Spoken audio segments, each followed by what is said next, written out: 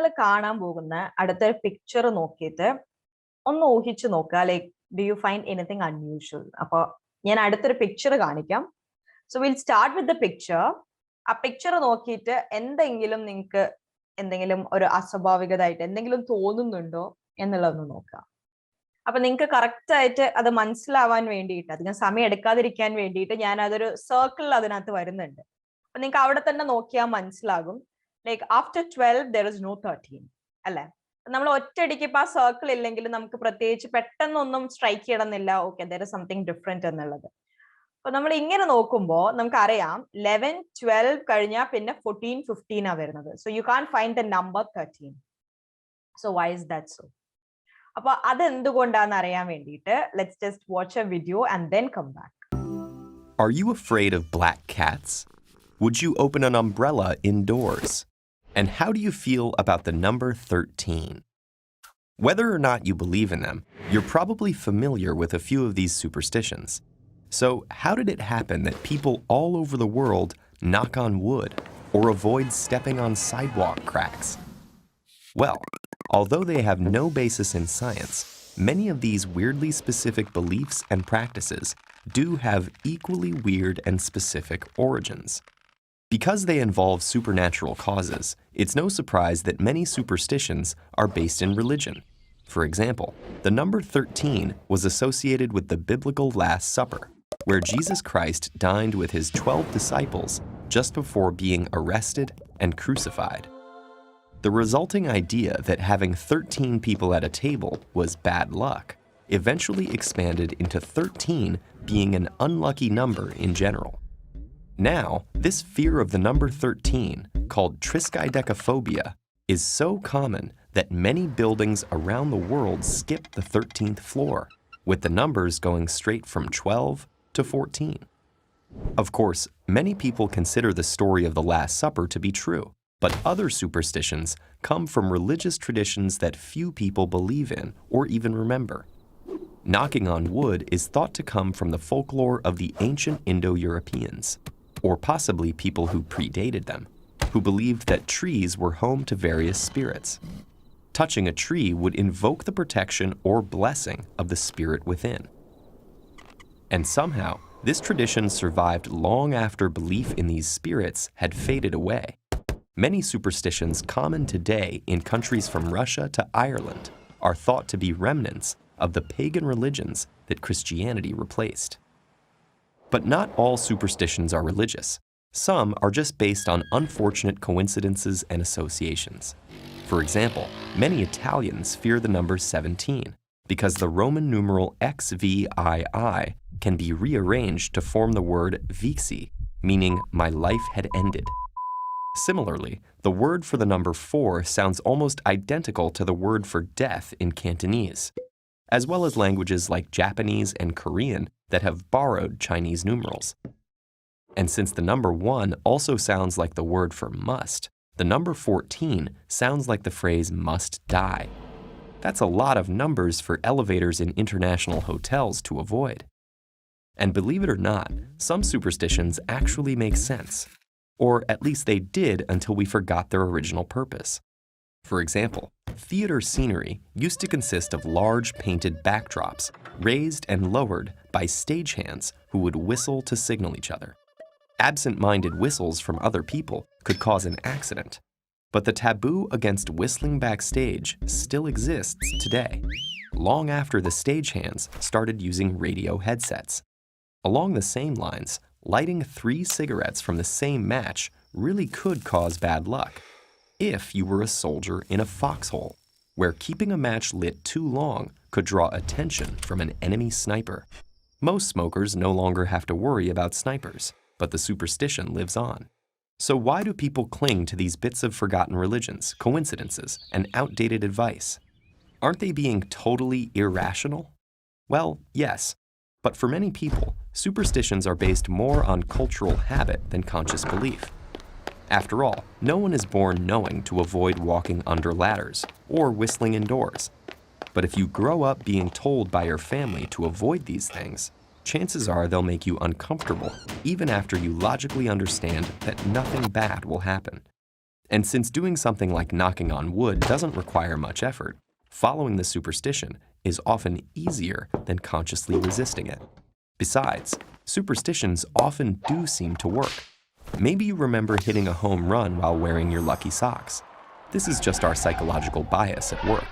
You're far less likely to remember all the times you struck out while wearing the same socks. But believing that they work could actually make you play better by giving you the illusion of having greater control over events. So in situations where that confidence can make a difference, like sports, those crazy superstitions might not be so crazy after all.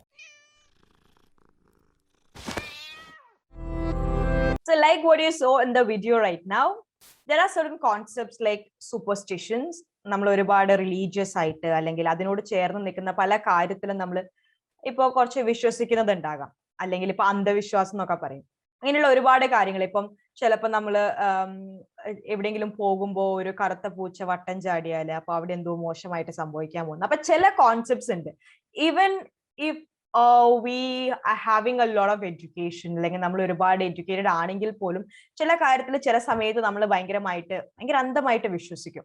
Even though we know that okay nothing like that happens. പക്ഷെ എന്നാൽ പോലും എവിടെയോ ഉള്ളിൽ നമുക്ക് അങ്ങനെ ഒരു വിശ്വാസം ഉണ്ടാകും. അങ്ങനെ എന്തെങ്കിലും കണ്ടുപോയാലോ അല്ലെങ്കിൽ എങ്ങനെ അതിനെ എങ്ങനെ കുറയ്ക്കാൻ നോക്കാം, ആ പ്രശ്നം എങ്ങനെ ഇല്ലാതെയാക്കാൻ നോക്കാം, അങ്ങനെയുള്ള ചില കാര്യങ്ങൾ നമ്മളെ മൈൻഡിൽ എവിടെയെങ്കിലും ഒക്കെ ഒന്ന് സ്ട്രൈക്ക് ഔട്ട് ചെയ്യാറുണ്ട്. So in today's session we'll be having whole that topic included, along with some other topics like economic environments, financial, socio-cultural, political, legal and ecological environments. അപ്പൊ ഇപ്പൊ പറഞ്ഞിരിക്കുന്ന ഈ ഒരു കാര്യം കൂടെ ഇൻക്ലൂഡ് ചെയ്തിട്ട് നമുക്ക് കുറച്ച് കൂടുതൽ topics varununde. So let's see what are all those topics and let's just have an idea about it. So after learning all this, you will be having a good idea regarding the geographic, economic, financial, socio-cultural, legal and economic components of a foreign country's environment. അതുപോലെ തന്നെ ഈ പല എൻവയൺമെന്റിനകത്ത് വരുന്ന പല കോമ്പോണൻസും എങ്ങനെയാണ് ഒരു international ബിസിനസിനെ effect ചെയ്യുക എന്നുള്ള കാര്യത്തിലും നിങ്ങൾക്കൊരു ഐഡിയ ഉണ്ടായിരിക്കും. So we'll start with the economic and financial environment. Economic environment refers to all those economic factors that affects the commercial and consumer behavior.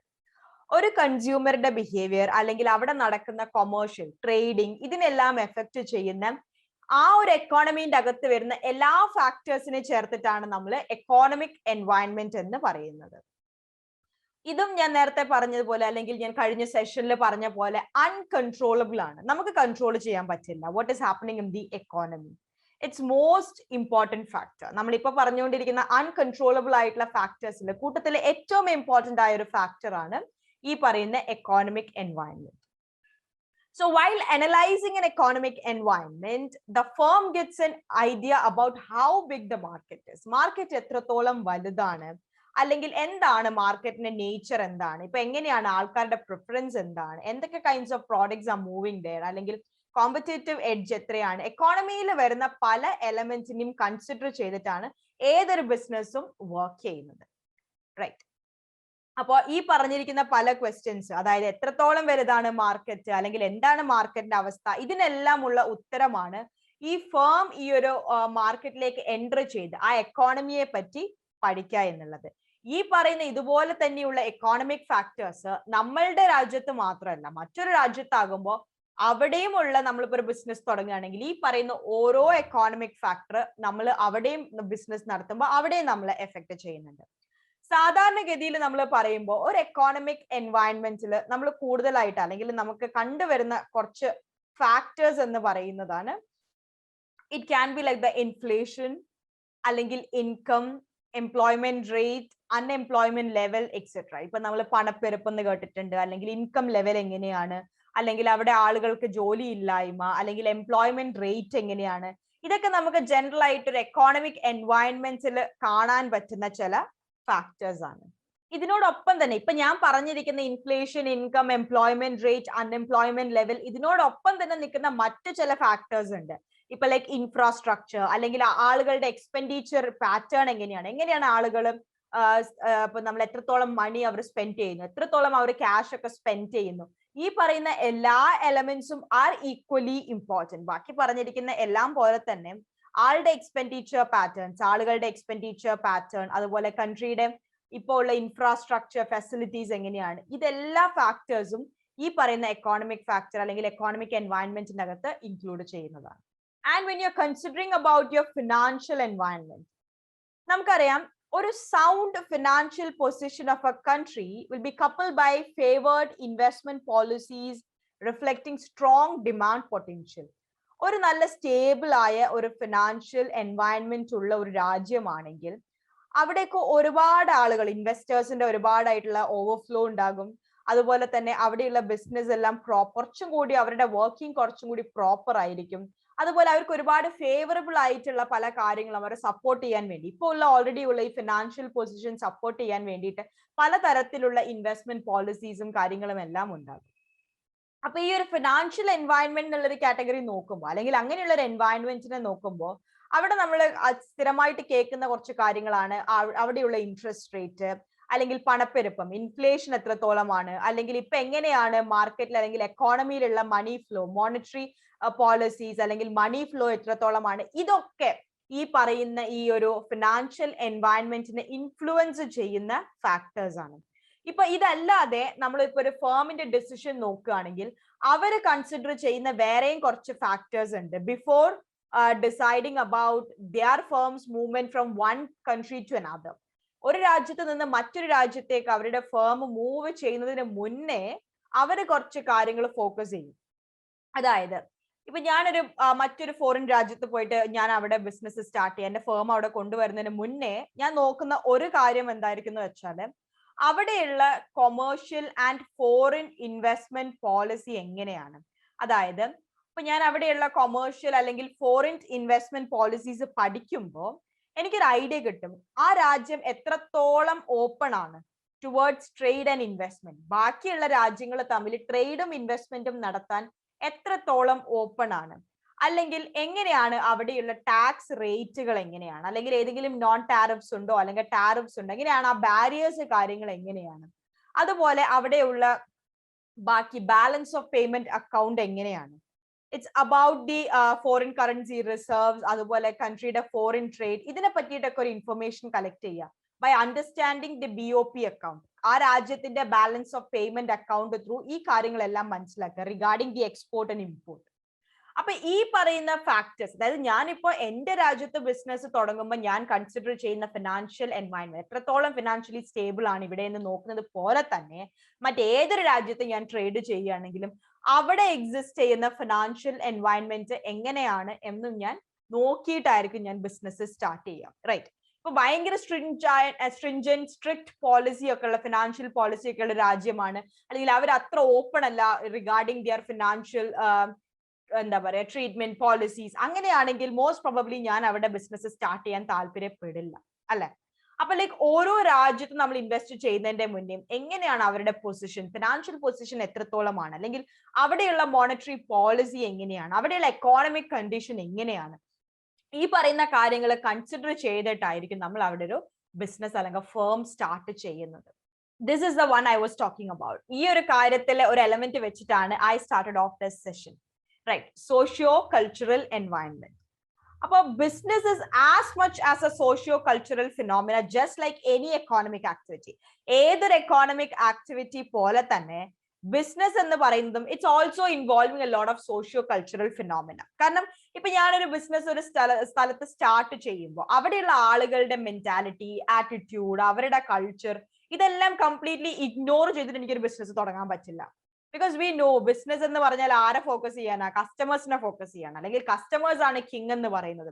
അപ്പൊ അവർക്ക് താല്പര്യമില്ലാത്ത അല്ലെങ്കിൽ അവരുടെ കൾച്ചറിന് എഗെയിൻസ്റ്റ് ആയിട്ട് അല്ലെങ്കിൽ അവർ യൂസ് ചെയ്യാത്ത പ്രോഡക്ട്സ് ഞാൻ അവിടെ കൊണ്ട് ഇമ്പോസ് ചെയ്തിട്ട് എനിക്കൊരു കാര്യമില്ല, ഞാൻ എന്തായാലും എന്റെ ബിസിനസ് ഫ്ലോപ്പ് ആയി പോകും. സോ socio-cultural എലമെന്റ് എന്ന് പറയുന്നത് അല്ലെങ്കിൽ socio-cultural environments എന്ന് പറയുന്നത് ബാക്കി ഏതൊരു എൻവയൺമെന്റ് പോലെ തന്നെ റെലവെന്റ് ആയിട്ടുള്ള ഒരു എൻവയൺമെന്റ് ആണ്. So we'll see what are the factors or things that will be included in the socio-cultural environment. So culture എന്ന് പറയുമ്പോൾ it is the sum total of a man's knowledge, അയാളുടെ belief, അയാൾ കൊണ്ടിരുന്ന arts, moral, law, customs, അല്ലെങ്കിൽ അയാളുടെ ആ ഒരു സൊസൈറ്റിയിൽ ആസ് എ മെമ്പർ അവർ ഫോളോ ചെയ്യുന്ന അവരുടെ ഹാബിറ്റ്സ്, ഇതെല്ലാം ഇൻക്ലൂഡ് ചെയ്യുന്നതാണ് ഒരു കൾച്ചർ എന്ന് പറയുന്നത്. Right. So it is about the total of everything.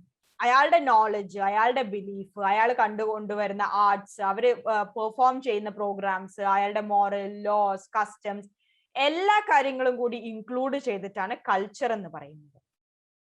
So culture includes like A greater community. നമ്മൾക്ക് ഒരുപാട് പല കാര്യങ്ങളെ പറ്റിയിട്ടുള്ള അറിവുണ്ടാകാം. നമ്മൾ കമ്മ്യൂണിക്കേറ്റ് ചെയ്യുന്ന ലാംഗ്വേജ്, നമ്മളുടെ ട്രഡീഷൻ, നമ്മൾ ഫോളോ ചെയ്യുന്ന റിച്വൽസ്, നമ്മൾക്ക് ആ ഒരു കൾച്ചറിന്റെ ഭാഗമായിട്ട് നമ്മൾ പഠിച്ചെടുത്ത നമ്മളുടെ ടെക്നിക്സ്, സ്കിൽസ്, നമ്മൾ യൂസ് ചെയ്യുന്ന ടൂൾസ്, ഒബ്ജക്ട്സ്, ആർട്സ്, അല്ലെങ്കിൽ നമ്മളുടെ കഴിക്കുന്ന ഭക്ഷണം, നമ്മൾ എന്തൊക്കെയാണ്, like what are the food that we eat and the kind of drinks that we have, അതും അല്ലെങ്കിൽ നമ്മൾ ഫോളോ ചെയ്യുന്ന വാല്യൂസ്, ഇതെല്ലാം ചേർന്നതാണ് ഒരു കൾച്ചർ എന്ന് പറയുന്നത്.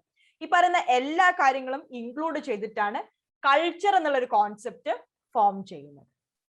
So when you're thinking about the elements, ഒരു കൾച്ചറിനകത്ത് വരുന്ന പല എലമെന്റ്സ് ഉണ്ട്. നേരത്തെ പറഞ്ഞ പോലെ ലാംഗ്വേജ് ആകാം, കമ്മ്യൂണിക്കേഷൻ, courtesies, ritual, ഓരോ ആളുകളുടെ റോൾസ്, അവർ ഫോളോ ചെയ്യുന്ന customs, relationship, practices, expected behavior, values, thoughts, manners of interacting, etc. അപ്പൊ ഒരു കൾച്ചറിനകത്ത്, ഒരു സ്ഥലത്ത് നമ്മൾ ഫോളോ ചെയ്യുന്ന ഒരു കൾച്ചറിനകത്ത് നമുക്ക് ഒരുപാട് കാര്യങ്ങൾ ഉണ്ടാകും. ഇപ്പൊ നമ്മൾ ഇവിടെ ഫോളോ ചെയ്യുന്ന കൾച്ചർ അല്ല മറ്റൊരു രാജ്യത്ത് ഫോളോ ചെയ്യുന്നത്. അവർക്ക് അവരുടേതായ കൾച്ചർ ഉണ്ട്. അപ്പൊ like it varies from place to place. ഓരോ സ്ഥലത്തും അത് വ്യത്യസ്തമായിരിക്കും. റൈറ്റ്. അപ്പൊ അതുകൊണ്ടാണ് നമ്മൾ പറയാം, നമ്മളിപ്പോ ഒരു പ്രോഡക്റ്റ് ഇൻട്രൊഡ്യൂസ് ചെയ്യുമ്പോഴും നമ്മൾ ആ രാജ്യത്തെ പറ്റി അല്ലെങ്കിൽ അവിടെയുള്ള ആളുകളുടെ കൾച്ചറിനെ പറ്റി പഠിച്ചിട്ട് വേണം നമ്മൾ ഇൻട്രൊഡ്യൂസ് ചെയ്യാൻ എന്നുള്ളത്. Because we don't know whether those people will be accepting ആ പ്രോഡക്റ്റ്, അല്ലെങ്കിൽ അവർക്ക് അത് എതിരായിട്ടുള്ള ഒരു കാര്യമാണോ, അവരുടെ ഒരു കൾച്ചറിന് എതിരായ പ്രോഡക്റ്റ് ആണോ ഞാൻ ഇൻട്രൊഡ്യൂസ് ചെയ്യുന്നത്. സോ അതെല്ലാം അറിഞ്ഞിട്ട് വേണം നമ്മൾ ഒരു പ്രോഡക്റ്റ് ഒരു മാർക്കറ്റിൽ ഇൻട്രൊഡ്യൂസ് ചെയ്യാൻ. So while you're considering the different elements of culture, അതിനകത്ത് ഒരെണ്ണമാണ് ലാംഗ്വേജ് എന്ന് പറയുന്നത്. ഇപ്പൊ ലാംഗ്വേജ് എന്ന് പറഞ്ഞാൽ it's an important element, and through language ആണ് നമ്മൾ കമ്മ്യൂണിക്കേറ്റ് ചെയ്യുന്നത്. അതിപ്പോ സൈൻ ആയിട്ടാകാം, അല്ലെങ്കിൽ നമ്മളിപ്പോ എവിടെയെങ്കിലും വരച്ചു വെച്ചതാകാം, അല്ലെങ്കിൽ നമ്മൾ കൊടുക്കുന്ന കമ്മ്യൂണിക്കേഷൻ, നമ്മൾ വേർബലി ചെയ്യുന്ന കമ്മ്യൂണിക്കേഷൻ ആകാം. ത്രൂ ദാറ്റ് ലാംഗ്വേജ് ആണ് നമ്മൾ അങ്ങോട്ടും ഇങ്ങോട്ടേക്കും ഇൻഫർമേഷൻ പാസ് ഓൺ ചെയ്യുന്നത്. ആൻഡ് ഈ ലാംഗ്വേജ് എന്ന് പറയുന്നത് നമുക്കറിയാം ഓരോ സ്ഥലത്തും ഓരോന്നാണ്. നമ്മളിപ്പോ ഹായ് എന്ന് പറയുന്നതും അല്ലെങ്കിൽ ബോൺജോ എന്ന് പറയുന്നതും അല്ലെങ്കിൽ സിയാവ് എന്ന് പറയുന്നതും ഓരോ സ്ഥലത്തും ഓരോ രീതിയിലാണ് ലാംഗ്വേജ്. ഇപ്പൊ നമ്മൾക്ക് മലയാളം, വേറൊരു സ്ഥലത്ത് ഹിന്ദി, അങ്ങനെ ഓരോ സ്ഥലത്തും ഓരോ രീതിയിലാണ് ലാംഗ്വേജ് എന്ന് പറയുന്നത്. ആൻഡ് ചിലപ്പോൾ നമ്മൾ ഇവിടെ യൂസ് ചെയ്യുന്ന പല കാര്യങ്ങൾ അല്ലെങ്കിൽ നമ്മൾ പറയുന്ന കാര്യം ചിലപ്പോൾ മറ്റൊരു രാജ്യത്ത് അല്ലെങ്കിൽ മറ്റൊരു സ്ഥലത്ത് അത് വേറെ രീതിയിലായിരിക്കാം അതിനെ ഇന്റർപ്രറ്റ് ചെയ്യുന്നത്. ഇപ്പോ കൊക്കോകോളയുടെ അവരുടെ പെപ്സിയുടെ കം അലൈവ് വിത്ത് പെപ്സി എന്നൊരു ക്യാപ്ഷൻ ഉണ്ടായിരുന്നു അവരുടെ അഡ്വർടൈസ്മെന്റ് ചെയ്യുന്ന സമയത്ത്. അപ്പൊ അത് തായ്വാനീസിൽ ട്രാൻസ്ലേറ്റ് ചെയ്യുമ്പോൾ Pepsi brings your ancestors back from grave എന്നാണ് അവരത് കൺവേർട്ട് ചെയ്യുമ്പോൾ, ട്രാൻസ്ലേറ്റ് ചെയ്യുമ്പോൾ അതിന്റെ മീനിങ് വരുന്നത്. അപ്പൊ അത് കംപ്ലീറ്റ് ആയിട്ട് മാറി.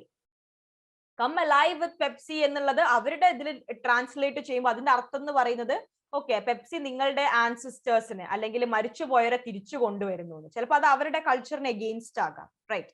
സോ ഒരു സ്ഥലത്ത് ഓക്കെ ആയിരിക്കുന്ന കാര്യം ചിലപ്പോൾ മറ്റൊരു സ്ഥലത്ത് കംപ്ലീറ്റ്ലി എഗെയിൻസ്റ്റ് ആവാം. സോ ലാംഗ്വേജ് എന്ന് പറയുന്നത് it is one among the element of culture. Culture നമ്മൾ പാസ് ഓൺ ചെയ്യുന്നത് അല്ലെങ്കിൽ മറ്റൊരാളായിട്ട് കമ്മ്യൂണിക്കേറ്റ് ചെയ്യാൻ നമ്മൾ യൂസ് ചെയ്യുന്ന മീഡിയം ആണ് ലാംഗ്വേജ് എന്ന് പറയുന്നത്. Another one is the aesthetics. Aestheticsനകത്ത് ഇൻക്ലൂഡ് ചെയ്യുന്നത് it's about the sense of beauty അല്ലെങ്കിൽ ഗുഡ് ടേസ്റ്റ്. അതിപ്പോ നമ്മൾ എക്സ്പ്രസ് ചെയ്യുന്നത് ചിലപ്പം നമ്മുടെ arts, drama, music, folklore, dance and things like that. അപ്പൊ ഇതിൽ കൂടെയൊക്കെ നമ്മൾ എക്സ്പ്രസ് ചെയ്യാണ് നമ്മളുടെ കൾച്ചർ. നമ്മളിപ്പോ ആൻസിസ്റ്റേഴ്സ് വഴി കിട്ടുന്നതോ അല്ലെങ്കിൽ നമ്മൾ ഓൾറെഡി ഫോളോ ചെയ്ത് വരുന്ന കാര്യങ്ങൾ നമ്മൾ ഇതിൽ കൂടെയൊക്കെയാണ് കാണിച്ചു കൊടുക്കുന്നത്. Like these are the things that we are including in our culture. നമ്മൾ എസ്തെറ്റിക്സിന്റെ അകത്ത് ഈ പറയുന്ന കാര്യങ്ങളൊക്കെയാണ് നമ്മൾ ഇതിനകത്ത് ഇൻക്ലൂഡ് ചെയ്യുന്നത്. നമ്മളിപ്പോ ചില കാര്യങ്ങൾ കാണാനുള്ള ഭംഗി അല്ലെങ്കിൽ അത് നമുക്ക് ആ ഒരു ഗുഡ് ടേസ്റ്റ്, ഇതെല്ലാം നമ്മൾ ഈ പറയുന്ന എസ്തെറ്റിക്സിൽ കൂടെയാണ് നമ്മൾ മനസ്സിലാക്കുന്നത്. ആൻഡ് കളർ തന്നെ നമ്മൾ എടുത്തു നോക്കുകയാണെങ്കിൽ പല ഗ്രൂപ്പ്സിനും കളർ പല രീതിയിലാണ്, പല മീനിങ് ആണ് അവർക്ക് കൊടുക്കുന്നത്. ഇപ്പോ കളർ ഓഫ് മോർണിംഗ് എന്ന് പറയുന്നത് ബ്ലാക്ക് ആണ് US-ല്, but it is white in far east. ഇപ്പൊ നമ്മള് ഇപ്പൊ ചില സ്ഥലങ്ങളിൽ മോർണിംഗ് എന്ന് പറഞ്ഞാൽ നമ്മളുടെ മോർണിംഗ് അല്ല, ലൈക് മരിച്ചൊക്കെ കഴിഞ്ഞ് നമ്മൾ കറുപ്പ് വസ്ത്രം ഇട്ടിട്ട് പോകുന്നു. ചില സ്ഥലത്ത് ഇത് വെള്ളയാണ്. സോ ലൈക്ക് ഓരോ കാര്യത്തിനും ഓരോ മീനിങ് ഉണ്ട് കളറിനാണെങ്കിൽ പോലും. Right. Green is restful color to Americans, but it is disliked by people in Malaysia where it connotates illness and death. അപ്പൊ കളറിൽ തന്നെ ഓരോ ആളുകൾക്ക് ഓരോ രീതിയാണ് ഏത് കളറാണ് നമ്മൾ ചൂസ് ചെയ്യാന്നുള്ളത്. സോ എസ്തെറ്റിക്സ് എന്ന് പറയുന്നത് മറ്റൊരു എലമെന്റ് ആണ് regarding culture. Next is about education.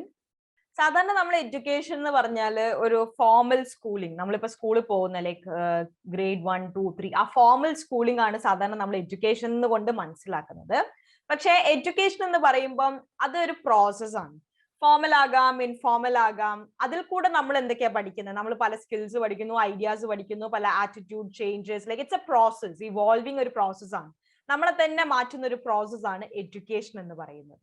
So it doesn't mean like the kind of education that we get from school, direct ആയിട്ട് ഫോർമൽ ആയിട്ട്, okay, grade 1, 2, 3, 4 kind of education മാത്രമല്ല, അതിനോടൊപ്പം വേറെയും കുറച്ച് കാര്യങ്ങളുണ്ട്. അല്ലെങ്കിൽ നമ്മൾ അക്വയർ ചെയ്യുന്ന സ്കില്ല്, ഐഡിയാസ്, നമ്മുടെ attitude change, like you are evolving as A better person. ആ ഒരു കാര്യവും ഒരു കൾച്ചറിന്റെ ഭാഗമാണ്. ഒരു കൾച്ചറിനെ നമ്മൾ പഠിപ്പിക്കാൻ അല്ലെങ്കിൽ നമുക്കത് മനസ്സിലാക്കി തരാൻ നമുക്ക് ആ ഒരു എഡ്യൂക്കേഷൻ കൂടെയും നമുക്ക് സാധിക്കും. ആൻഡ് നമ്മൾ ഇപ്പോ യൂസ് ചെയ്യുന്ന ഒരു മെത്തേഡാണ് അല്ലെങ്കിൽ ഒരു മെക്കാനിസം ആണ് മീഡിയ എന്ന് പറയുന്നത്.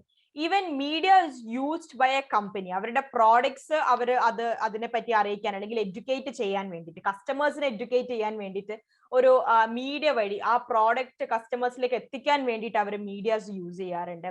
സോ അതുപോലെ തന്നെ ഓവർ ഹിയർ നമ്മളൊരു എഡ്യൂക്കേഷൻ അല്ലെങ്കിൽ ഒരു തരത്തിലൊരു ഇൻഫർമേഷൻ മറ്റൊരാളിലേക്ക് പാസ് ചെയ്യാൻ നമ്മൾ പല മെക്കാനിസംസ് യൂസ് ചെയ്യാം. Next is about religion and superstition. ഇതായിരുന്നു നമ്മൾ സെഷൻ സ്റ്റാർട്ട് ചെയ്തപ്പോൾ ഞാൻ തുടങ്ങി വെച്ചത്. അപ്പൊ religion and superstition is also part of culture. ചിലപ്പോൾ നമ്മളുടെ ആൻസിസ്റ്റേഴ്സ് പറഞ്ഞു കേട്ടിട്ടുള്ളത് അല്ലെങ്കിൽ അവർ പറഞ്ഞു തന്നിരിക്കുന്ന ചില കോൺസെപ്റ്റ്സ് നമ്മളെ മൈൻഡിൽ ഉണ്ടാകും. ചില സമയത്ത് we know that things won't happen like that. Okay, അങ്ങനെ ഒന്നും നടക്കില്ല, എന്നാൽ പോലും will be having a kind of feeling, അല്ലെങ്കിൽ ഓക്കെ അങ്ങനെ പറഞ്ഞതല്ലേ, അങ്ങനെ ചെയ്യാം, അങ്ങനെ ഒരു വിശ്വാസം, അന്ധമായ ചില കാര്യങ്ങളിൽ വിശ്വാസങ്ങൾ ഉണ്ടാകാം. ചിലപ്പോൾ അത് നമ്മുടെ റിലീജിയന്റെ ഭാഗമാകാം. അതിനോടൊപ്പം നമുക്കുള്ള ഓവറായിട്ട് ചില കാര്യങ്ങളിലുള്ള കൺസേൺ ആകാം.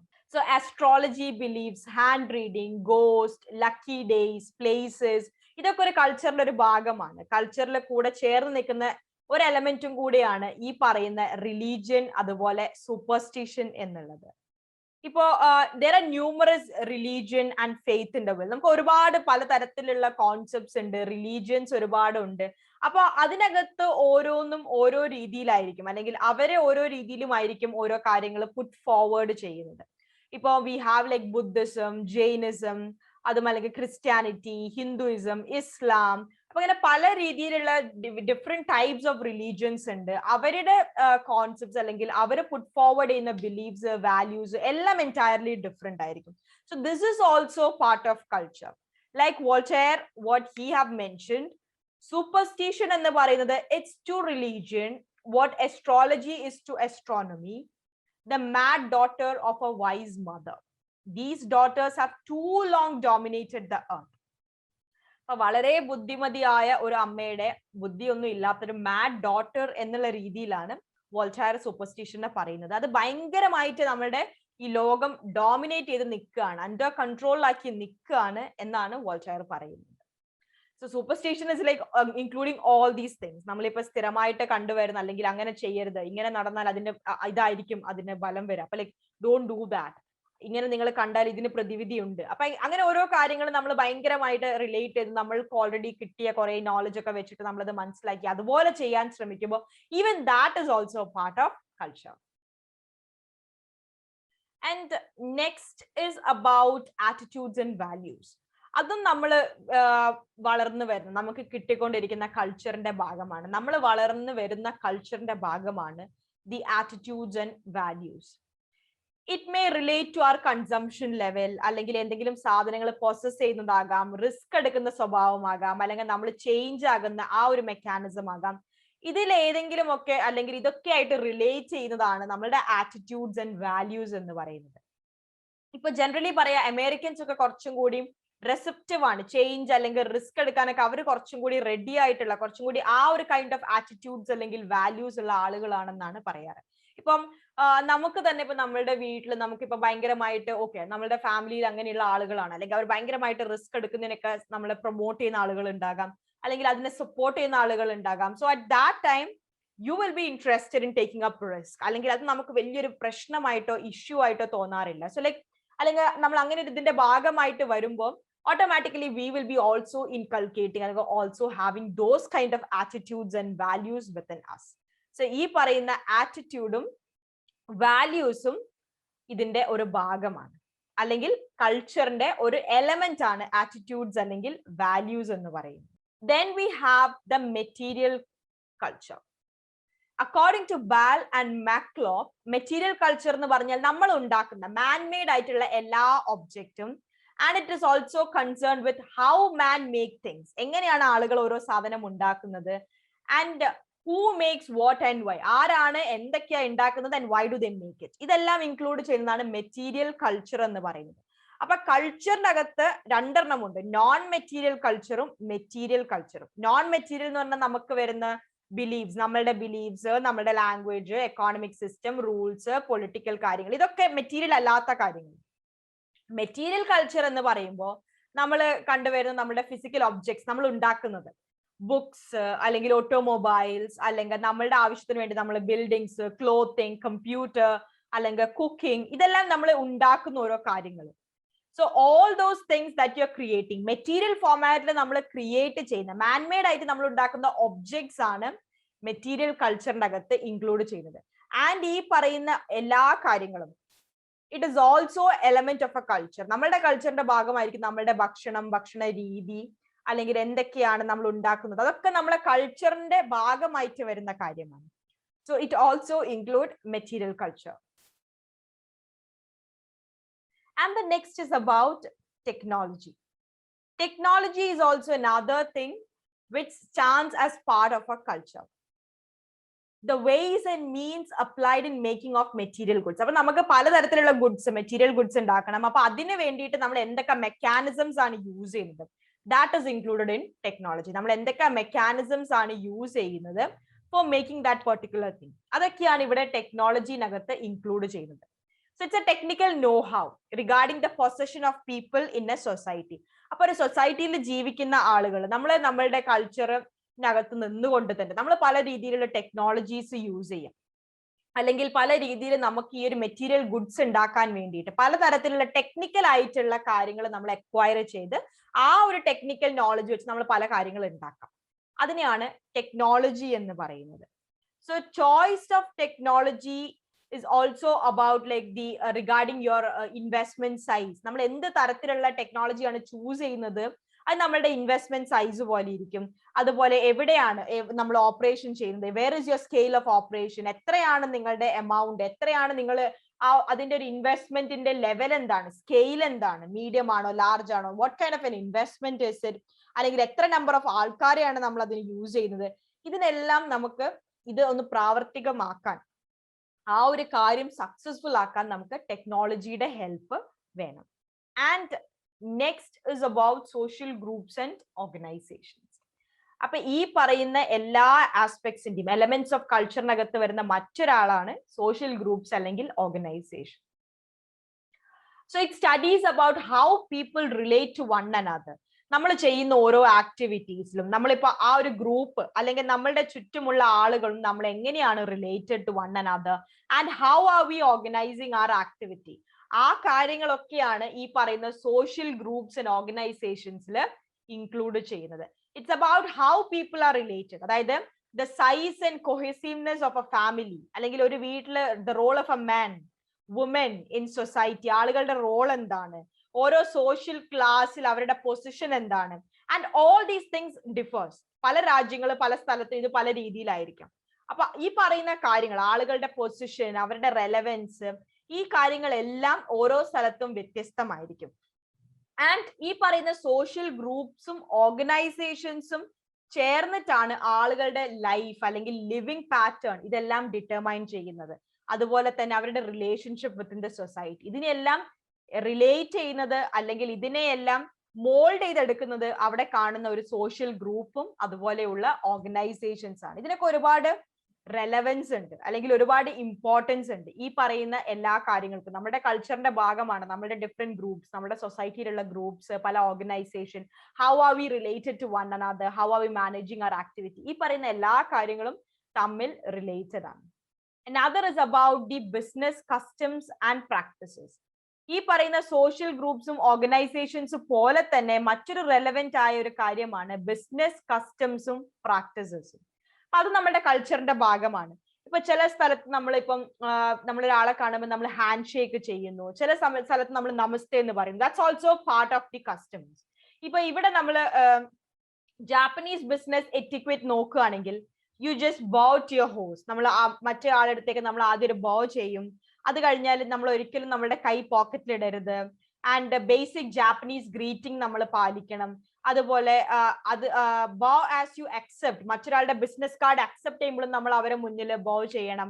അതുപോലെ keep the cards face up the table and remove your shoes for a home visit, open gifts in private. അപ്പൊ ഇതൊക്കെ ചില കാര്യങ്ങൾ നമ്മൾ ഫോളോ ചെയ്യേണ്ട കാര്യങ്ങളാണ്.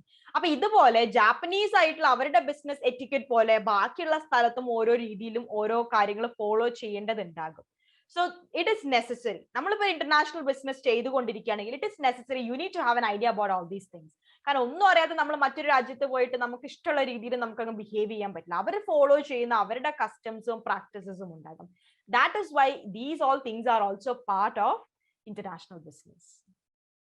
ഇപ്പൊ നമ്മളൊരു വർക്ക് കൾച്ചർ ആണെങ്കിലും പോലും, ഒരു വർക്ക് സ്പേസിലാണെങ്കിൽ പോലും നമുക്ക് അവിടെ ഒരു വർക്ക് കൾച്ചർ ഉണ്ട്. അവിടെയുള്ള ആളുകളായിട്ട് നമ്മൾ എങ്ങനെ ബിഹേവ് ചെയ്യണം, അവിടെ പോലും നമുക്കൊരു കൾച്ചർ ഉണ്ട്. Like culture it's about the behaviour. How do you behave over there? It's about interactions that you learn. നമ്മുടെ കൂടെയുള്ള ആളുകളായിട്ട് വർക്ക് ചെയ്യുമ്പോൾ നമ്മൾ പഠിക്കുന്ന കാര്യങ്ങൾ, എങ്ങനെയാണ് ഇന്ററാക്ട് ചെയ്യേണ്ടത്. And culture is not that easy to change. ഒരു അത്യാവശ്യം ബുദ്ധിമുട്ടാണ്. നമ്മളൊരു സ്ഥലത്ത് ഓൾറെഡി സെറ്റ് ചെയ്തൊരു കൾച്ചർ മാറ്റിയെടുക്കുക എന്ന് പറഞ്ഞാൽ it is not that easy.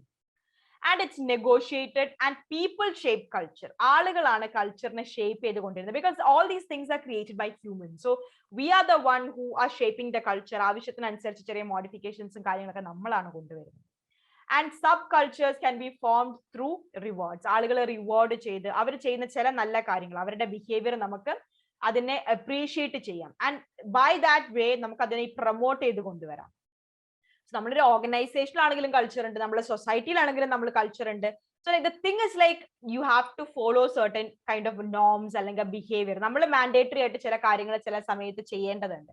So all these are part of culture. So we talked about the culture. Culture അല്ലെങ്കിൽ സോഷ്യോ കൾച്ചറൽ എൻവയൺമെന്റ് എന്നൊരു കോൺസെപ്റ്റിനെ പറ്റി സംസാരിച്ചു.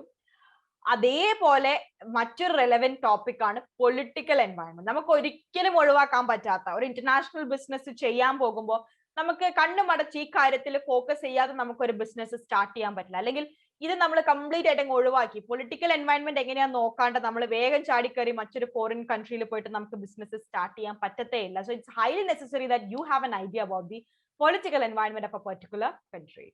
So political environment എന്ന് പറയുമ്പോൾ it's about the government reserving the right of allowing a foreign firm to operate in a country as well as laying down the manners in which a firm can conduct business. ഒരു ഫേമിന് എന്തൊക്കെ രീതിയിൽ അവിടെ business ചെയ്യാൻ പറ്റും, അല്ലെങ്കിൽ എങ്ങനെയാണ് അവിടെ business ചെയ്യേണ്ടത്, അപ്പൊ അതിന്റെ റൈറ്റ്സ് ഒക്കെ ഗവൺമെന്റിന്റെ കയ്യിൽ വെച്ചിട്ട് അവർ ജസ്റ്റ് അലൗ ചെയ്യാണ്. ഇപ്പൊ പുറമേ നിന്ന് ഒരാൾ വരുമ്പോൾ നമ്മൾ അവരെ അലൗ ചെയ്യാണ്. Like okay you can carry on your business over here, പക്ഷെ ഇന്ന കാര്യങ്ങൾ നിങ്ങൾ ഫോളോ ചെയ്യണം. So that is about the political environment. ഈ പറയുന്ന കാര്യങ്ങളെല്ലാം നിങ്ങൾ ഫോളോ ചെയ്യണം and you can start your business over here എന്ന് പറയുന്നത്. ആൻഡ് ഇവിടെ ആരാ ഇതൊക്കെ നോക്കുന്ന? ഗവൺമെന്റ് ആണ്. ഇറ്റ് ഇസ് നോട്ട് ദാറ്റ് ആർക്ക് വേണമെങ്കിലും വന്ന് എങ്ങനെ വേണമെങ്കിലും എന്ത് വേണമെങ്കിലും ചെയ്തു പോവാം എന്നല്ല. പകരം നമ്മൾക്ക് ഇവിടെ നമ്മളുടെ സിറ്റിസൺസിനെ പ്രൊട്ടക്ട് ചെയ്യണം. സോ അതിനു വേണ്ടിയിട്ട് വരുന്ന ആളുകൾ ഇന്ന കാര്യങ്ങൾ ഫോളോ ചെയ്ത് പോകണം എന്ന് തീരുമാനിക്കുന്ന ഒരു സമയം, അല്ലെങ്കിൽ എന്ന് ഒരു ഗവൺമെന്റ് ഡിസൈഡ് ചെയ്തിട്ട് പുറമെയുള്ള ആളുകളെ വെൽക്കം ചെയ്ത് they can have their business conducted over there, പക്ഷെ subjected to certain rules, restriction, norms etcetera. So that is about political environment. അപ്പൊ ഈ പറയുന്ന പൊളിറ്റിക്കൽ എൻവയൺമെന്റിൽ വരുന്ന ചില ആസ്പെക്ട്സ് ഉണ്ട്. അതായത് ഒന്ന്, അവിടെ എന്ത് തരത്തിലുള്ള ഗവൺമെന്റ് ആണ്. ചിലപ്പോൾ ഒരു പാർലമെന്ററി സിസ്റ്റം ആകാം, ചിലപ്പോൾ ഒരു അബ്സൊല്യൂട്ട് സിസ്റ്റം ആകാം, ചിലപ്പോൾ ഒരു സിംഗിൾ പാർട്ടി സിസ്റ്റം ആകാം. ഇപ്പൊ പാർലമെന്റ് ടൈപ്പ് ഓഫ് ഗവൺമെന്റ് ആകാം ഇപ്പൊ നമുക്ക് ഇവിടെ ഉള്ളതുപോലെ. അല്ലെങ്കിൽ അബ്സൊല്യൂട്ട് ആണെങ്കിൽ ഇപ്പം കംപ്ലീറ്റ് ആയിട്ട് മൊണാർക്കി അല്ലെങ്കിൽ ഒരു ഡിക്റ്റേറ്റർഷിപ്പ് ഫോം ആകാം. അവിടെ കുറച്ച് പോളിസീസ് ഉണ്ടാവുള്ളൂ, ഒരാളെ എല്ലാം govern ചെയ്യാനുള്ളൂ.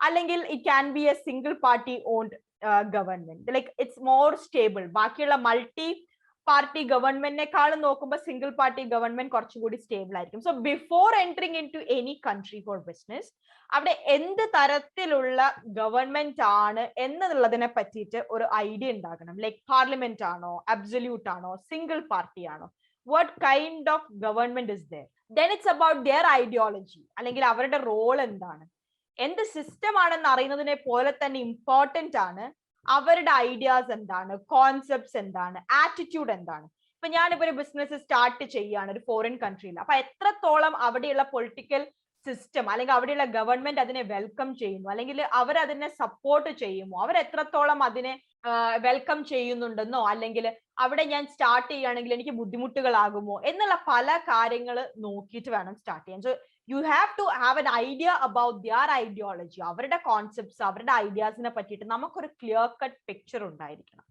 And next is about political stability. ഇപ്പൊ ഫുൾ ഇഷ്യൂസ്, പ്രശ്നങ്ങൾ, അങ്ങനെ പൊളിറ്റിക്കൽ ഇൻസ്റ്റേബിലിറ്റി ഉള്ള ഒരു സ്ഥലത്താണ് ഞാൻ പോയി സ്റ്റാർട്ട് ചെയ്യുന്നതെങ്കിൽ എന്റെ ബിസിനസ് ഭയങ്കര ബുദ്ധിമുട്ടായിരിക്കും, അല്ലെങ്കിൽ എനിക്കതൊരു ഭയങ്കര മേജർ കൺസേൺ ആയിരിക്കും മുന്നോട്ട് കൊണ്ടുപോകാന്നുള്ളത്. So make sure politically stable ആയുള്ള ഒരു സ്ഥലത്ത് വേണം നമ്മളൊരു ബിസിനസ് സ്റ്റാർട്ട് ചെയ്യാൻ. ഫുൾ ടൈം ഇഷ്യൂസും ആളുകളായിട്ട് പ്രശ്നം, അല്ലെങ്കിൽ citizens they are not happy with the government and they are having whole lot of issues over there. അങ്ങനെ ഒരു സ്ഥലത്ത് ബിസിനസ് സ്റ്റാർട്ട് ചെയ്യാന്ന് പറഞ്ഞാൽ അധിക ദിവസവും ചിലപ്പം നമുക്ക് ബിസിനസ് ഓപ്പറേഷൻസ് റൺ ചെയ്യാൻ പറ്റാതെയും മര്യാദയ്ക്ക് പ്രോഡക്ട്സ് സെയിൽ ചെയ്യാൻ പറ്റാതെ ഒരുപാട് ഇഷ്യൂസ് ഉണ്ടാകും. So always prefer to have a politically stable country where you can have your business. അപ്പൊ ഒരുപാട് ഇൻവെസ്റ്റ്മെന്റ് ഇൻവോൾവ് ചെയ്യുന്നതാണ് നമ്മളൊരു ഇന്റർനാഷണൽ ബിസിനസ് എന്ന് പറയുന്നത്. So you just can just have a vague idea, വെറുതെ പോയി എവിടെയെങ്കിലും പോയി സ്റ്റാർട്ട് ചെയ്ത് ഫുൾ പ്രശ്നമായിട്ട് പിന്നെ വൈൻഡ് അപ്പ് ചെയ്യേണ്ട ഒരു അവസ്ഥയിലേക്ക് പോകരുത്. Instead always just look at the stability, political stability എത്രത്തോളം ഉണ്ട്. കാരണം നല്ലൊരു പൊളിറ്റിക്കൽ സ്റ്റേബിൾ ആയിട്ടുള്ള ഒരു സ്ഥലത്ത് സ്റ്റാർട്ട് ചെയ്താലേ എന്റെ ബിസിനസ്സും അത്രത്തോളം സ്റ്റേബിൾ ആയിട്ട് അവിടെ മുന്നോട്ടേക്ക് പോകത്തുള്ളൂ. പിന്നെ നമുക്ക് ബിസിനസ്സിൽ ഒഴിവാക്കാൻ പറ്റാത്ത പോലത്തെ ഒരു കാര്യമാണ് റിസ്ക്. അത് ബിസിനസ്സിലുള്ളത് പോലെ തന്നെ പൊളിറ്റിക്സിലും ഉണ്ട്. Political risk is another factor that you should consider. It can range from confiscation, expropriation, nationalization, domestication to restrict transfer on fund. So political risk എന്ന് പറയുന്നത് മറ്റൊരു എലമെന്റ് ആണ്. സോ പൊളിറ്റിക്കൽ റിസ്ക് എന്ന് പറയുമ്പോൾ ഇറ്റ് ക്യാൻ ബി ലൈക്ക് നമ്മൾ ഈ പറയുന്ന പല ആസ്പെക്ട്സ് നമുക്ക് ട്രാൻസ്ഫർ ചെയ്യാനുള്ള ബുദ്ധിമുട്ട്, അല്ലെങ്കിൽ it can be like man, material കാര്യങ്ങളൊക്കെ നമുക്ക് ഒരു സ്ഥലത്ത് മറ്റൊരു സ്ഥലത്തേക്ക് ട്രാൻസ്ഫർ ചെയ്യാനുള്ള ഇഷ്യൂസ്, അല്ലെങ്കിൽ അത് അവർ അത്രത്തോളം അതിനെ സമ്മതിക്കുന്നില്ല, അല്ലെങ്കിൽ ബാക്കിയുള്ള ഇൻവെസ്റ്റ്മെന്റിനെ വെച്ച് നോക്കുമ്പോൾ ഫോറിൻ ഇൻവെസ്റ്റ്മെന്റ് അവർക്ക് തീരെ താല്പര്യമില്ല, ലൈക്ക് അതിലൊക്കെ നമുക്കൊരു റിസ്ക് എലമെന്റ് വരികയാണെങ്കിൽ it is better not to opt that particular country. Political risk ഇപ്പൊ നമുക്ക് ഏഷ്യൻ പീപ്പിൾ ഇമിഗ്രേറ്റ് ചെയ്യാണ് യൂറോപ്പിലേക്ക്. There is a positive side from the business point of view, but there is a problem for local citizens. Unemployment എന്നുള്ളൊരു പ്രശ്നം അവിടെ യൂറോപ്പിൽ സംഭവിക്കാനുള്ള സാധ്യതയുണ്ട്. So how welcoming are they, എത്രത്തോളം അവിടെയുള്ള പൊളിറ്റിക്കൽ സിനാരിയോ നമ്മൾ വെൽക്കമിങ് ആണ്, അല്ലെങ്കിൽ എത്രത്തോളം റിസ്ക് ഇൻവോൾവ് ആണ് എന്നുള്ള കാര്യത്തിൽ നമുക്കൊരു ക്ലിയർ കട്ട് ഐഡിയ ഉണ്ടായിരിക്കണം. Another one is legal environment. നമുക്ക് ഒരിക്കലും അവോയ്ഡ് ചെയ്യാൻ പറ്റില്ല. പൊളിറ്റിക്കൽ സ്റ്റെബിലിറ്റി, പൊളിറ്റിക്കൽ സിസ്റ്റം ഒക്കെ നോക്കുന്ന പോലെ തന്നെ നമ്മൾ അറിയേണ്ട ഒരു കാര്യമാണ് ലീഗൽ എൻവയൺമെന്റ്. അതായത് റിഗാർഡിംഗ് ദ ഫിലോസഫീസ്, അവർ എന്ത് ലീഗൽ ഫിലോസഫിയാണ്, എന്ത് ലോ ആണ് ഫോളോ ചെയ്യുന്നത് എന്നുള്ളതിനെ പറ്റി നമുക്കൊരു ഐഡിയ ഉണ്ടായിരിക്കണം. So the major problem is that ഈ ഒരു ലീഗൽ സിസ്റ്റം ഓരോ രാജ്യത്തും ഓരോ പോലെ ആയിരിക്കും. they are not having a common system, അല്ലെങ്കിൽ ഒരു കോമൺ ലീഗൽ സിസ്റ്റം അല്ല, ഡിഫറെന്റ് ആയിരിക്കും. പല രാജ്യങ്ങൾക്കും പല രീതിയിലായിരിക്കും സിസ്റ്റം ഉണ്ടാകുക. Now ഈ പറയുന്ന പല systems of like laws, they can be annotated from two of the legal philosophies, common lawയും കോഡ് ലോയും. രണ്ട് ലീഗൽ ഫിലോസഫീസിന്റെ ബേസിസിൽ ഈ പറയുന്ന ലീഗൽ എൻവയൺമെന്റിൽ വരുന്ന ലോനെ നമുക്ക് കാറ്റഗറൈസ് ചെയ്യാം. It can B common law അല്ലെങ്കിൽ കോഡ് ലോ. കോമൺ ലോ എന്ന് പറയുന്നത് ബ്രിട്ടനിൽ നിന്ന് ഉണ്ടായതാണ്, അവിടെയാണ് അതിന്റെ റൂട്ട് എന്ന് പറയുന്നത്. കോമൺ ലോ ബ്രിട്ടനിൽ നിന്ന് ഉണ്ടായി ഇപ്പം യുഎസില്, UK-ല്, കാനഡയിലൊക്കെ പ്രാക്ടീസ് ചെയ്യുന്നതാണ് കോമൺ ലോ എന്ന് പറയുന്നത്. Code law is from Roman law. റോമനിനകത്ത് നിന്ന് റോമൻ ലോന്ന് ഇവോൾവ് ചെയ്ത് വന്നതാണ് കോഡ് ലോ എന്ന് പറയുന്നത്. And it is inclusive system of written rules that encompasses all eventualities. അപ്പൊ ഡിഫറെന്റ് ടൈപ്സ് ഓഫ് ലോസ് ഉണ്ട്. ആൻഡ് ഈ പറയുന്ന ലോസിന്റെ ഏറ്റവും ബേസിക് ആയിട്ടുള്ള രണ്ട് ലീഗൽ ഫിലോസഫീസ് ആണ് common laws and code laws. And the thing that you need to understand എന്ന് പറഞ്ഞാൽ നമ്മൾ അറിഞ്ഞിരിക്കേണ്ട കാര്യം എന്ന് പറയുമ്പോൾ നമ്മൾ ഓരോ സ്ഥലത്തുള്ള ലീഗൽ സിസ്റ്റം, അവിടെയുള്ള ലീഗൽ ലോസ് എങ്ങനെയാന്ന് അറിഞ്ഞിട്ട് വേണം നമ്മൾ ഒരു കാര്യം അവിടെ സ്റ്റാർട്ട് ചെയ്യാൻ. Like all of A sudden നമ്മൾ അവിടെയുള്ള നോംസ്, റൂൾസ്, കാര്യങ്ങളൊന്നും അറിയാണ്ട് നമുക്ക് പോയി ചാടിക്കയറി ഒന്നും തുടങ്ങാൻ പറ്റില്ല. സോ അഡ്വർടൈസ്മെന്റ് ലോ, ഇപ്പൊ ജർമ്മനി, വെസ്റ്റ് ജർമ്മനിയിലൊക്കെ നോക്കുകയാണെങ്കിൽ അഡ്വർടൈസ്മെന്റ് ലോ എന്ന് പറഞ്ഞാൽ ഭയങ്കര സ്ട്രിക്റ്റ് ആണ്. അവർക്കൊരു ഗുഡ് ലീഗൽ കൗൺസിലിനെ കിട്ടിയതിന് ശേഷം, അല്ലെങ്കിൽ അവരൊരു പ്രോപ്പർ ആയിട്ട് അവരുടെ അഡ്വർടൈസിങ് സ്ട്രാറ്റജി ഫോർമുലേറ്റ് ചെയ്ത് ആ കൗൺസിലായിട്ട് ഡിസ്കസ് ചെയ്ത് ഫോർമുലേറ്റ് ചെയ്തതിന് ശേഷം മാത്രമേ അവർക്ക് ഒരു അഡ്വർടൈസ്മെന്റ് വെസ്റ്റ് ജർമ്മനിയിലൊക്കെ കൊണ്ടുവരാൻ പറ്റത്തുള്ളൂ. സോ ലൈക്ക് അറിയാതെ നമ്മളിപ്പോ ഡയറക്റ്റ് ആയിട്ട് നമ്മൾ അങ്ങ് ചാടി കയറി ചെന്ന് നമുക്ക് ഇഷ്ടമുള്ള രീതിയിൽ നമുക്കൊരു അഡ്വർടൈസ്മെന്റ് ഒന്നും കൊടുക്കാൻ പറ്റില്ല. ലൈക്ക് ഓരോ രാജ്യത്തും ഓരോ പോലെ ആയിരിക്കും. അപ്പൊ അത് നമ്മൾ അറിയണമെങ്കിൽ you need to have an idea about the legal environment prevailing in that particular country. Next is about the ecological environment. Ecological environment പറയുമ്പോൾ അവിടെ ഒരു ടേം ഉണ്ട്, എക്കോളജി എന്നുള്ളത്. എക്കോളജി എന്ന് പറഞ്ഞാൽ ഇറ്റ്സ് എ റിലേഷൻഷിപ്പ്. ഇപ്പൊ പ്ലാന്റ്സ്, ആനിമൽസ്, പീപ്പിൾ, അവരുടെ environment, അവരുടെ ചുറ്റുള്ള എൻവയൺമെന്റ്, അവരുടെ ആ ഒരു പ്ലാന്റ്സ്, ആനിമൽസ്, അവിടെയുള്ള ആളുകൾ, ഇതൊക്കെ തമ്മിലുള്ള റിലേഷൻഷിപ്പ് ആണ് എക്കോളജി എന്ന് പറയുന്നത്. So why do we have to care about ecological environment? The thing is that ഇപ്പൊ നമ്മൾ ഏറ്റവും കൂടുതൽ കണ്ടുവരുന്ന ഒരു പ്രശ്നമാണ് പൊല്യൂഷൻ. ഈ പൊല്യൂഷൻ എന്ന് പറയുന്നത് it has increased so much, it is necessary that we study about the situation of the ecological environment. ഇപ്പൊ ഒരുപാട് ഇൻഡസ്ട്രീസ് വരുന്നുണ്ട്, അല്ലെങ്കിൽ ഗ്ലോബലൈസേഷൻ, ലിബറലൈസേഷൻ, പ്രൈവറ്റൈസേഷൻ കാരണം ഒരുപാട് ഗ്രോത്ത്, പല രീതിയിലും പല കാര്യങ്ങളും ഭയങ്കരമായിട്ട് ഡെവലപ്പ് ആയിക്കൊണ്ടിരിക്കുകയാണ്. അപ്പൊ ഇതൊരു സൈഡിൽ ഇങ്ങനെ നന്നായിക്കൊണ്ടിരിക്കുമ്പോൾ മറ്റൊരു സൈഡിൽ നശിച്ചുകൊണ്ടിരിക്കുന്ന ഒരു കാര്യമുണ്ട്, the ecology. So that is why we have concern regarding our ecological environment. അതുകൊണ്ടാണ് നമുക്ക് ecological environment മുള്ള ഇത്ര concern, because we are facing a lot of issues. ഇപ്പൊ population പ്രശ്നം, അല്ലെങ്കിൽ we are facing pollution issues, overload ആണ്, എല്ലാം ഏത് കാര്യം നോക്കുകയാണെങ്കിലും അധികമാണ് ഇങ്ങനത്തെയുള്ള എല്ലാ ഇഷ്യൂസും. So it's high time that you cure all those problems. അതുകൊണ്ടാണ് നമ്മൾ ഏതൊരു ഇന്റർനാഷണൽ ബിസിനസ് നമ്മൾ ചെയ്യുമ്പോഴും അവിടെ നമ്മൾ ഇപ്പൊ ഇത്രയും അധികം കെമിക്കൽസ്, ഇത്രയും കാര്യങ്ങളൊക്കെ യൂസ് ചെയ്യുമ്പോൾ അവിടെയുള്ള സൊസൈറ്റിക്ക് പ്രശ്നമില്ലാത്ത രീതിയിലേക്ക് നമ്മൾ ഇത് ചെയ്യാൻ വേണ്ടി ശ്രമിക്കണം. So for that you need to have an idea about the ecological system in that country and about their ecological environment. അപ്പൊ അവർ എത്രത്തോളമാണ്, അവരുടെ നോംസ് എങ്ങനെയാണ്, അല്ലെങ്കിൽ എത്രത്തോളം പൊല്യൂട്ടഡ് ആക്കാൻ പാടില്ല, ഇത്രയാണ് ഓരോ കാര്യങ്ങൾ യൂസ് ചെയ്യാൻ പാടില്ല എന്നൊക്കെ കണക്കുണ്ടെങ്കിൽ make sure that you follow it then and there. So in today's session we had a whole discussion about the economic environment, financial environment, അതിനകത്ത് വരുന്ന പല elements, socio-cultural environment. We talked about the different elements of socio-cultural environment and about the political, legal and ecological environment and why all these environment are required. ഓരോ environment എന്തുകൊണ്ടാണ് ഇത്ര relevant എന്ന് നമ്മൾ സംസാരിച്ചു. So after getting an idea about all these things, നിങ്ങൾക്ക് ഇപ്പോൾ എല്ലാത്തിനെ പറ്റി ഒരു ബേസിക് ആയിട്ടുള്ള ഒരു knowledge കിട്ടിയിട്ടുണ്ടാകും. So the next thing is try to figure out the work culture between India and US. യുഎസിലും ഇന്ത്യയിലെയും വർക്ക് കൾച്ചർ ഒന്ന് ഡിഫറൻഷിയേറ്റ് ചെയ്യാൻ പറ്റുമോ എന്ന് നോക്കാം. And is there any difference, അവരും നമ്മളും സെയിം ആണോ വർക്ക് കൾച്ചർ, നമ്മളുടെ ബിസിനസ് എറ്റിക്വറ്റും അവരുടേതും സെയിം ആണോ എന്ന് നോക്കാം. എന്തെങ്കിലും വ്യത്യാസം ഉണ്ടോ, വ്യത്യാസം ഉണ്ടെങ്കിൽ അതൊന്ന് കണ്ടുപിടിക്കുക. So once when you're done with the session, do check out IGNOU self-learning materials at Hikewise Learning. And also check out the value-added notes and do attempt the objective test and Exampedia. See you soon in the next session.